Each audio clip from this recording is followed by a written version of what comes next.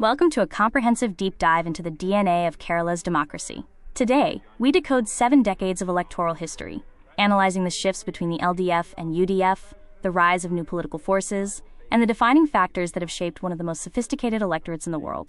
The 1957 election marked the first assembly formation after the linguistic reorganization of India. It was a global landmark, as the first time a communist government was democratically elected anywhere in the world. E.M.S. Namboodiripad became the chief minister with a voter turnout of 65.49%. Several factors determined the 1957 victory, including the promise of agrarian reform and the mobilization of tenant farmers and Dalit communities for social equality. The creation of a strong regional identity through the unification of Aikya Keralam also favored the communists. The 1960 election was defined by the liberation struggle, resulting in a polarized mandate after the dismissal of the previous ministry. The anti-communist alliance secured a historic 84.42% turnout. Padam A. Thanu Pillai became the chief minister. Key turning points in 1960 included religious unity against the Education Bill and the formation of a tripartite alliance. This period also saw the first use of Article 356 against an elected state government, leading to central intervention. In 1967, the left returned with the Saptha Munani alliance led by CPM. This election followed years of political instability. E.M.S. Namboodiripad secured his second term as chief minister.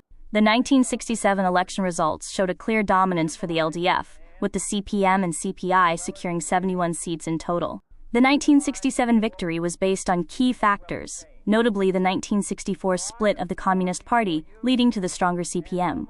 A broad alliance and widespread food scarcity, which fueled resentment against the INC, were also significant. The 1970 election ushered in the Achutha Menon era, marked by political maturity. C. Achutha Menon of the CPI became the first chief minister to complete a full 5-year term, supported by the Congress from outside.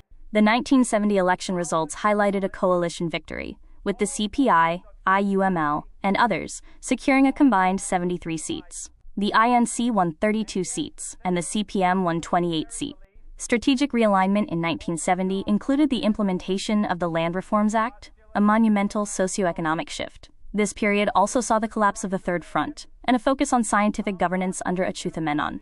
In 1977, despite a nationwide wave against Indira Gandhi after the emergency, Kerala voted overwhelmingly for the Congress-CPI alliance, rewarding the Menon ministry's performance. K. Karunakaran became chief minister, but resigned within a month due to the Rajan case. The 1977 election was determined by factors such as the stability dividend from 7 years of CPI-INC governance and the emergency shield. The judicial scrutiny over the Rajan case proved a major turning point. 1980 saw the birth of LDF, marking a united left resurgence. Major left parties and factions of the Congress united under the Left Democratic Front. E.K. Nayanar served as chief minister. The 1980 election summary shows the LDF securing 93 seats, demonstrating the success of the new United Front, while the UDF won 46 seats.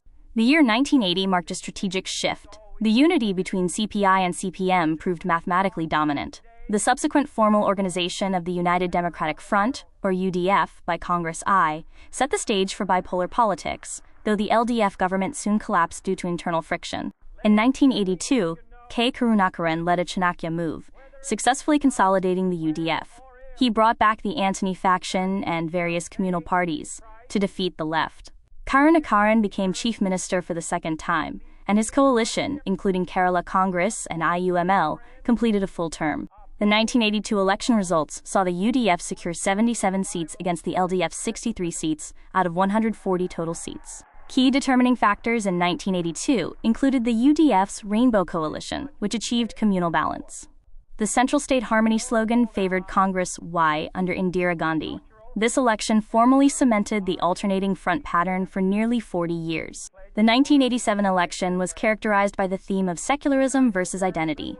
The LDF took a hardline stance against communal parties, excluding the IUML to focus on secularism and a corruption-free slogan. E.K. Nayanar began his second term as chief minister. The election results summary for 1987 shows the LDF winning 78 seats, and the UDF securing 61 seats out of a total of 140. Key turning points in 1987 included the LDF's anti-communal stand, which fragmented the UDF base. The literacy campaign boosted the Nayanar ministry's intellectual appeal, while inflation and corruption allegations against the previous UDF ministry fueled anti-incumbency. In 1991, the assassination of Rajiv Gandhi during the poll phases tragically changed the mandate. LDF led early, but the sympathy wave for Rajiv Gandhi saw UDF sweep the later phase. K. Karunakaran became chief minister for the third time, maintaining the 5-year cycle. The 1991 election summary shows the UDF winning 90 seats, and the LDF securing 48 seats out of 140 total seats. Key factors in 1991 included the sympathy factor for Congress following Rajiv Gandhi's death. However, the subsequent ISRO scandal and the internal Antony Karunakaran feud would later destabilize the UDF government. The 1996 election was centered around people's planning. The LDF returned with the revolutionary promise, decentralizing 35% of the state budget to local governance. E.K. Nayanar took office for his third term as chief minister, following Karunakaran's exit due to UDF factionalism and the espionage allegations. The 1996 election results gave the LDF 80 seats, and the UDF won 59 seats. The 1996 turning points included the espionage scandal's credibility gap for the Congress. The LDF's promise of decentralization empowered local panchayats and won over rural voters. Congress's internal A versus I factional war led to their electoral loss. The 2001 election saw a UDF landslide, recording 99 seats, due to discontent with the LDF's economic management and policies. A.K. Antony became chief minister for the second time, focusing on infrastructure and investors. Determining factors for 2001 included the public perception of LDF's economic stagnation and the resultant desire for jobs. Minority consolidation against the left's educational reforms also favored the UDF, reinforcing the alternating mandate pattern. The 2006 election brought the V.S. wave. V.S. Achuthanandan became a mass hero, leading the LDF to a massive victory despite internal party politics. He became chief minister, campaigning on issues like corruption and women's safety. The 2006 election results showed the LDF dominating with 98 seats, while the UDF won 42 seats out of the total 140. Key turning points included the V.S. factor, driven by Achuthanandan's crusade against the land mafia. The split in the Congress, due to Karunakaran's exit, fatally weakened the UDF. High-profile scandals also decisively turned women voters toward the left. The 2011 election was a razor-thin victory. Oomen Chandy led the UDF to victory by just 4 seats against a resilient V.S. Achuthanandan. The UDF won 72 seats to the LDF's 68, focusing on themes like care and development. In the 2011 election summary, the UDF secured 72 seats, leading the LDF's 68 seats in the 140-seat assembly. Key factors in 2011 included V.S.'s personal appeal, which almost broke the alternate term pattern. The Indian Union Muslim League's dominance, winning 20 seats, was critical for the UDF. Promises of major infrastructure projects like the Kochi Metro appealed to urban youth. The 2016 election saw the LDF's major comeback under Pinarayi Vijayan with the slogan, LDF Varam, Elam Sharyakam. Riding on corruption allegations against the UDF, the LDF secured a commanding victory. The BJP also won its first ever assembly seat.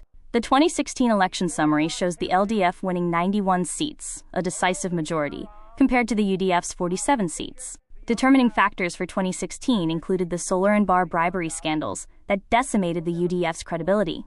Pinarayi Vijayan was projected as a disciplined master manager who could execute projects speedily. The BJP's rising vote share signaled a change in the bipolar dominance. The 2021 election broke the 40-year jinx, marking the first time since 1977 that an incumbent government was re-elected. Pinarayi Vijayan secured his second term, increasing the LDF's seat share to 99. Based on robust crisis management during floods and COVID-19.